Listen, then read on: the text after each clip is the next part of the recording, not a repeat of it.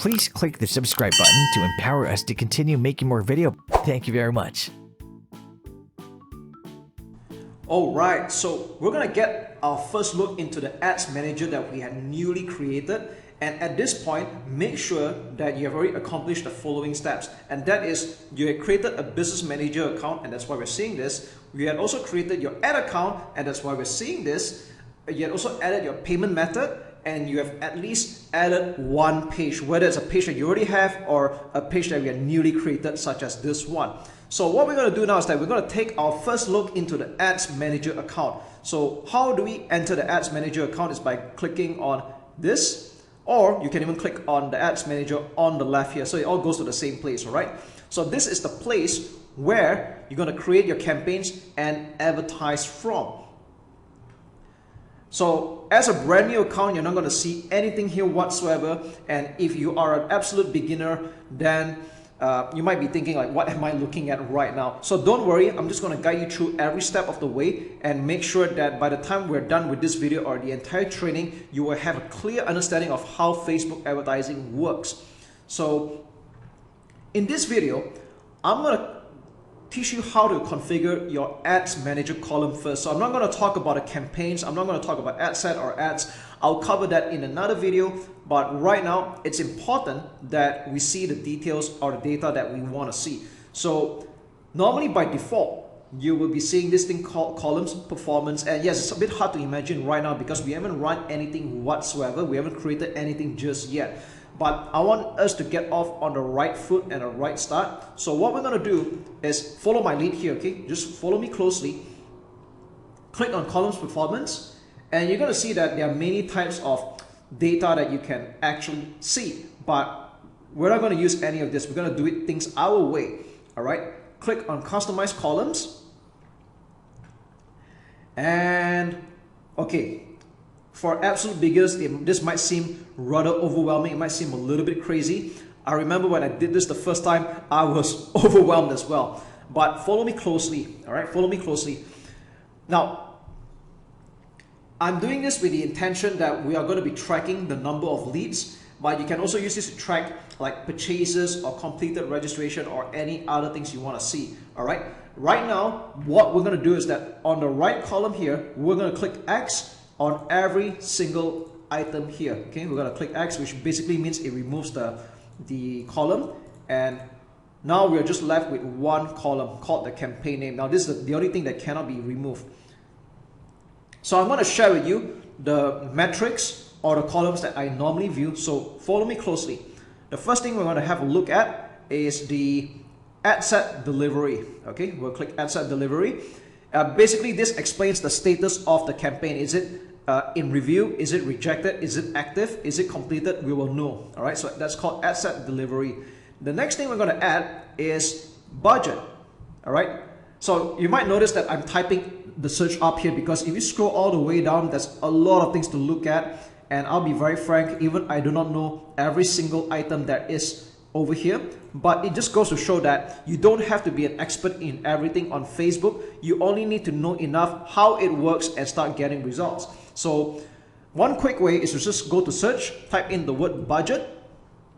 We'll select the first one, and there we go. So budget basically means how much are you allocating a day or in total for that ad set or campaign, which again, if you do not know what that means, it'll make sense later, okay? The next thing we're going to look at is amount spent.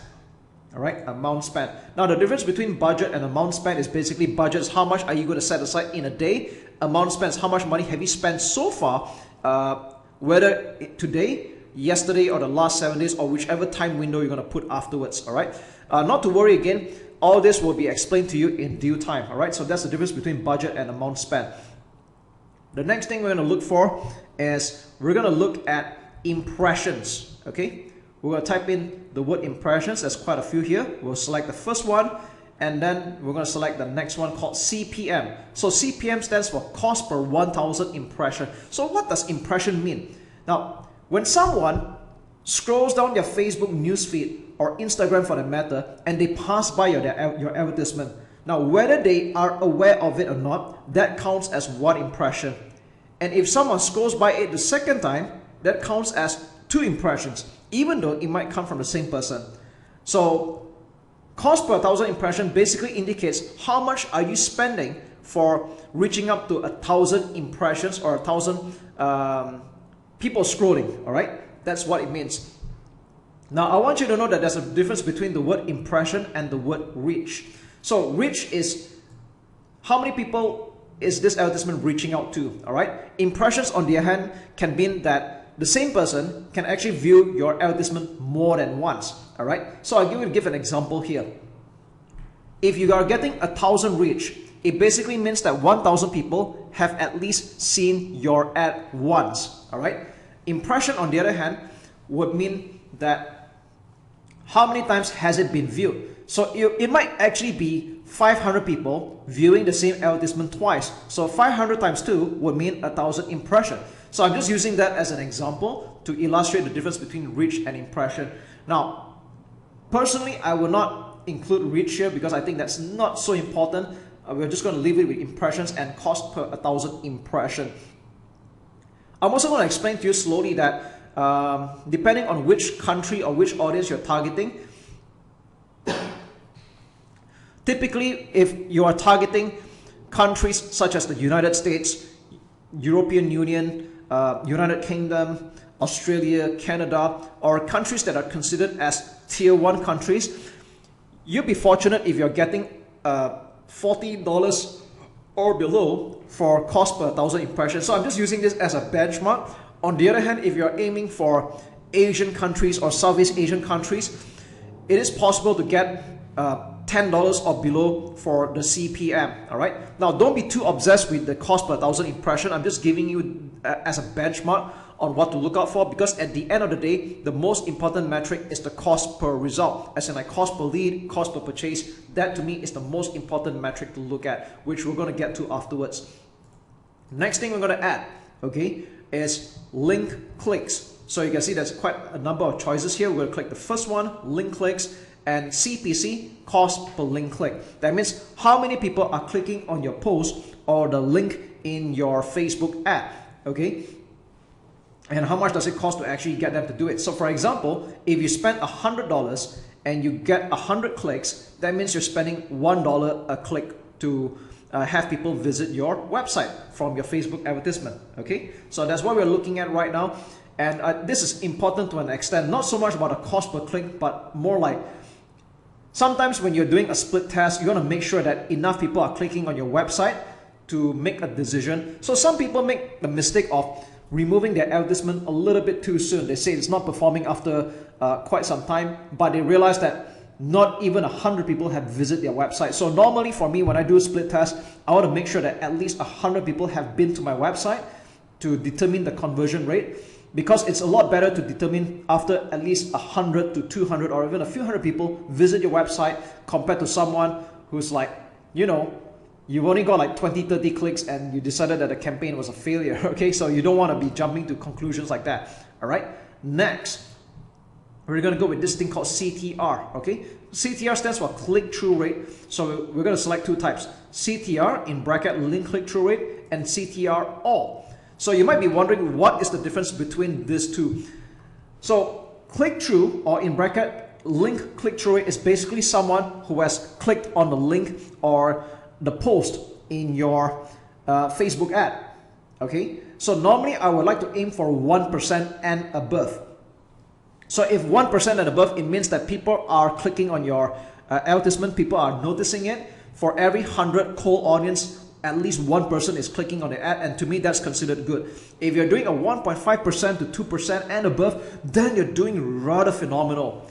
Now, with that said, you might be wondering, what's the difference between these two then? Like, what's CTR in bracket all? Like, how is that different? So if you write long posts, or when someone clicks on like or comment, then that will contribute to the click-through here as well. So you will normally find out that the CTR in bracket all would always be higher than the CTR in bracket link click-through rate. So as a rule of thumb, if I find that the CTR all is at least double the rate of CTR link click-through, then I think that's considered rather good. So for example, if I'm getting a 1% click-through rate, which is considered good, the higher the better, and the CTR all is like 2 to 3%, then I would consider this as a healthy advertisement. That means people are at least clicking on see more, they're clicking on to like, comment, whatsoever. Then we know that people are taking notice of the advertisement.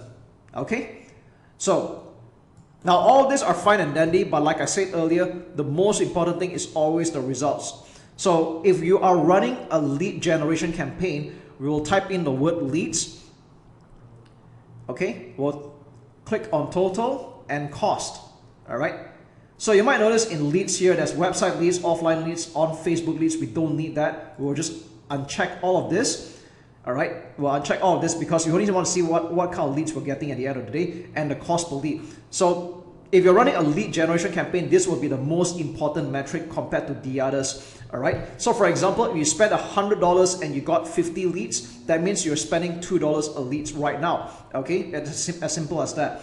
So yes, that's really all there is to it. You can add any other metrics that you want to, but like I said, this is the simplest that I would like to keep, and I'll leave it at that. So what I'm going to do is I'm going to click on Save as Preset at the bottom left here, and let's just call it Lead Gen, okay? And click on Apply.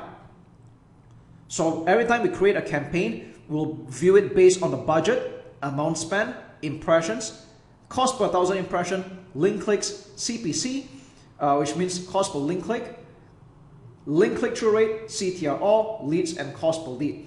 Okay, and as an added note, if you want to make sure that this is the default settings that you see every time you log into your ads manager, you will click on columns, click on set as default, and we're done. That's it. So every time we log in here, like I'm going to just refresh this right now, we will see the lead generation columns as the default, because if you didn't do that, you will always see performance or the other default settings like this. Okay, that's not what we want. We want it to be lead generation. And if you want to configure the columns again, just go back to columns, click on customize columns, and you can remove or add or even rearrange the columns as you see fit, and click on apply.